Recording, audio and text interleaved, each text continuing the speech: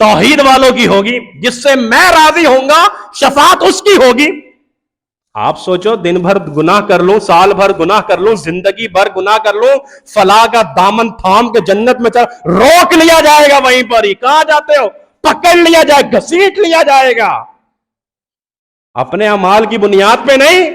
یہ سوچا تھا یہ پار کرا دیں گے کشتی، من الذی، شفاعت تو دور کی بات ہے، زبان ہلانے کی جرت نہیں ہے، زبان ہلانے کی جرت نہیں ہے، بات کرنے کی جرت نہیں ہے۔ شفاعت تو دور کی، من الذی، کون ہے جو اللہ کی اجازت کے بغیر کر اللہ کی بارگاہ میں زبان ہلا دے؟ میرے نبی بھی سجدہ کریں گے، لمبا لمبا سجدہ ہوگا، اللہ کی تسبیحات ہوں گی، تکبیرات ہوں گی، پھر اللہ کی طرف سے حکم ملے گا محمد صلی اللہ علیہ وسلم کریے، کس کی سفارش کریں؟ یاد رکھیے گا مشرکین کی سفارش نہیں کیجیے گا۔ اللہ اکبر، من ذا الذی، یہ اللہ نے اپنی پاور کو دکھا، پاور شو کرائی اللہ نے کہ میری اجازت کے بغیر کچھ نہیں، اس کائنات میں کچھ میری اجازت کے بغیر پتہ نہیں گرتا زمین پہ۔ تم شفاعت کی بات کرتے ہو، وہ لے جائیں گے، یہ لے جائیں گے، ان کا دامن پکڑ لیں گے، ان کا پلو پکڑ لیں گے، ان کی چادر پکڑ کے، اور ممکن ہی نہیں ہے نا، ہوگا کیسے؟ من ذا الذی یشفع عنده الا باذنہ یعلم ما بین ایدیہم وما خلفہم، وہ اللہ اتنا معلومات والا ہے، اتنا علم والا ہے، وہ تیرے ماضی کو بھی جانتا ہے، وہ تیرے حال کو بھی جانتا ہے، وہ تیرے مستقبل کو بھی جانتا ہے، اور اس کا علم اتنا ہے، یعلم ما بین ایدیہم وما خلفہم ولا یحیطون بشیء من علمہ، اس کے علم کا احاطہ اس کائنات میں رہنے والا کوئی شخص نہیں کر سکتا، کسی کے پاس اتنی اتھارٹی نہیں ہے کہ اس کے علم کا احاطہ کر سکے۔ اس کی معلومات کیسی ہے؟ ٹائم نہیں ہے ورنہ بتاتا، صرف ایک جملہ دے کر اپنی بات آگے بڑھاتا ہوں۔ ایک ملحد نے کہا اللہ خالق ہے، پیدا کرتا ہے، میں بھی پیدا کر سکتا ہوں، میں بھی پیدا کیسے بھائی؟ گوشت کا ایک ٹکڑا منگوایا، اس گوشت کے ٹکڑے میں ایک چیرا لگایا، جگہ بنائی، اور جگہ بنا کے اس میں گوبر کو بھر دیا، اور گوبر کو بھرنے کے بعد اس کو واپس پیک کر کے ڈبے میں رکھ دیا، اور چند دن کے بعد ڈبے سے نکالا، اس کو کھولا تو اس کے اندر کیڑے چل رہے تھے۔ کہا دیکھو میں نے پیدا کر دیا، کیڑے چل رہے تھے، دیکھو میں بھی کھا۔ اللہ والے نے پوچھ لیا تیری وجہ سے اگر یہ پیدا ہو گئے تو بتا ان کی تعداد کتنی ہے؟ یہ جو کیڑے چل رہے ہیں گنتی تو بتا کتنی ہے، یہ تو بتا اس میں مذکر کتنے ہیں، مؤنث کتنے ہیں، یہ تو بتا مرد کون سے عورتیں کون سے، بتا تو صحیح، تو نے پیدا کری تو بتا رہا ہے کہ میں نے پیدا کیا ہے، تو بتا ان کی تعداد، ان کی گنتی، ان کا مذکر، ان کا مؤنث۔ مذاق کرتے ہو؟ ولا یحیطون بشیء من علمہ، کوئی اللہ کے علم، او اللہ کو پتا ہے کہ کالی سیاہ رات میں کالے پتھر پہ کالی چونٹی رینگتی ہے، اس رینگنے کی آواز کو بھی اللہ رب العالمین سنتا ہے۔ تم کیا باتیں کرتے ہو؟ ولا یحیطون بشیء، میں پیدا کرتا ہوں، بتا تعداد اس کی، الا بما شاء، اللہ نے کہا جو میں دے دوں، جو میں بتا دوں، جو علم میں تم تک پہنچا دوں وہ تو تمہیں پہنچے گا، اس کے علاوہ نہیں داخل ہونا میری قدرتوں میں، دیکھنے غور کرنے کے میرا نظام کیسا چل رہا ہے، جو دے دیا بس اسی پہ اکتفا کرو۔ ولا يحيطون بشيء من علمه الا بما شاء وسع كرسيه السماوات والارض ولا يؤوده حفظهما وهو العلي العظيم، اس پورے آسمان و زمین کا جو مالک ہے، اس پورے آسمان و زمین کی جو بادشاہت ہے وہ ایک اللہ رب العالمین کے ہاتھ میں، اور اللہ کہتا ہے اس بادشاہت کو چلانے اور اس سسٹم اور اس نظام کو چلانے میں نہ ہی میں اکتاتا ہوں نہ ہی میں تھکتا ہوں۔ تمہیں ایک کارخانہ چھوٹا سا دے دیا جائے، چھوٹا سا اسکول، چھوٹے سے ایک کوئی آفس دے دیا جائے، اس کا نظام چلانا ہے، لگ پتا جاتا ہے ارے یہ بہت کام تھا، آج تو میں چھوڑ کر آ گیا ہوں کام، تھک گیا میں۔ اس اللہ کو پکارو نا کہ جب تم دن میں پکارو تو وہ سنے، دوپہر میں پکارو تو سنے، راتوں میں پکارو تو سنے، رات کی تاریکی میں پکارو تو سنے، سمندر کی تاریکی میں پکارو تو وہ سنے۔ اس اللہ رب العالمین کو ہی تو پکارنا چاہیے پھر تمہیں، کہ جو اکتاتا نہیں ہے، جو تھکتا نہیں ہے، جس کو نیند نہیں آتی، جس کو اونگ نہیں آتی، جو زمین اور آسمان کا بادشاہ ہے، جو شہنشاہ ہے، مملوک ہو تم سب، مالک ہے وہ اللہ، غلام ہو تم سب، آقا ہے اللہ، مخلوق ہو تم سب، خالق ہے اللہ، وَهُوَ الْعَلِيُّ الْعَظِيمُ، اور وہی اللہ ہے جو علی ہے، بڑا ہے اور زبردست ہے، عظمتوں والا ہے. تو فرمایا اس اللہ کو پکار لو، پکار کے دیکھو تو صحیح، تم مانگو تمہارے مانگنے کا جواب لازمی آئے گا، سوال کرو سوال کا جواب تمہیں لازمی ملے گا. تو یہ مختصر سا ترجمہ اور مختصر سی تفسیر تھی قرآن کریم کی سب سے عظیم آیت آیت الکرسی کی. اللہ سے دعا ہے اللہ رب العالمین ہم سب کو عمل کرنے کی توفیق عطا فرمائے.